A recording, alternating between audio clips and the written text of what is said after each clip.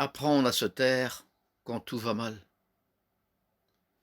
Proverbe chapitre 11 et verset 12 nous dit ceci. L'homme intelligent sait se taire. Mais vous ne savez pas le mal que l'autre m'a fait. Oui, j'ai déjà entendu cela. C'est vrai que les gens peuvent nous faire du mal. Et si nous écoutons notre chair, notre charnel, ça tournera certainement dans le mauvais sens. Car la décision de rendre le mal pour le mal n'a jamais arrangé les choses, bien au contraire. La personne intelligente, c'est quelqu'un qui comprend que certains actes ont des conséquences et qu'il préfère se taire maintenant que de récolter par la suite un déluge. Car si vous voulez récolter une tempête, il faut relever une calomnie. Alors il vaut mieux se taire maintenant pour ne pas le regretter plus tard. Une personne intelligente sait se taire. Vous êtes-vous posé la question? Pourquoi Dieu nous a créés avec deux oreilles et une seule bouche? C'est parce qu'il faut deux fois plus entendre que parler. Oui, il est vrai que l'on est maître de la parole que l'on dit, que l'on tient, mais depuis celle qu'on a dit. L'homme intelligent sait se taire. Ce n'est pas parce qu'une pensée traverse votre esprit qu'il faut la dire automatiquement. Parfois, quand nos paroles dépassent nos pensées, on fait plus de mal que de bien. Jésus nous reprend et nous demande comment il faut faire en Matthieu chapitre 6 et verset 15. Si vous pardonnez aux hommes leur offense, votre Père céleste vous pardonnera. Mais si vous ne pardonnez pas aux hommes, votre Père ne vous pardonnera pas non plus vos offenses. Vous est-il arrivé d'avoir mal dormi parce que vous avez fait le mal? Vous perdez votre sommeil?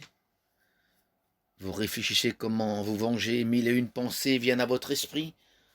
En définitive, vous ne dormez plus du sommeil du juste, puisque vous avez été injuste.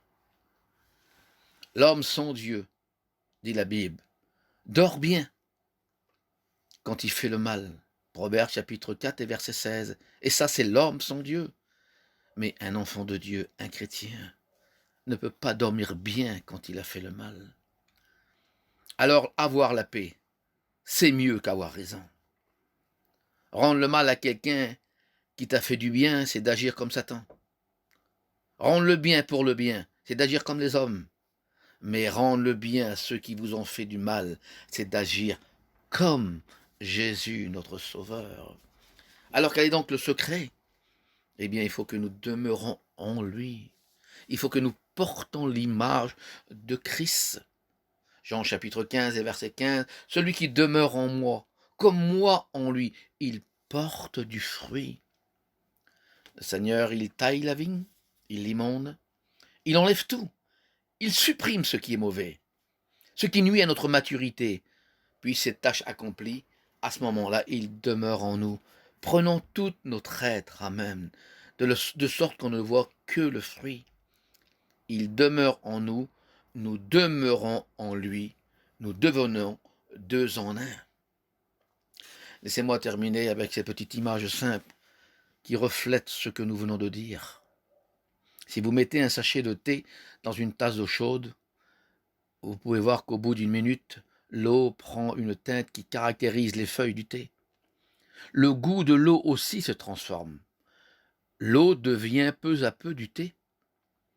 Et plus vous laissez le sachet de thé dans la tasse, plus le goût et l'apparence du thé deviendront plus puissants. Oui, cela ressemble à l'influence de Christ qui est en nous. Plus il demeure en nous, plus nous demeurons en lui, plus son influence se fera sentir, et plus nous reflèterons son caractère. Remarquez que ce n'est pas la branche qui produit le fruit, elle ne fait que le porter. C'est la vigne qui produit le fruit, qui fait monter la sève à travers la branche. Alors le secret est simple, demeurez en Jésus et laissez-le demeurer en vous. C'est la réussite d'un enfant de Dieu. Amen.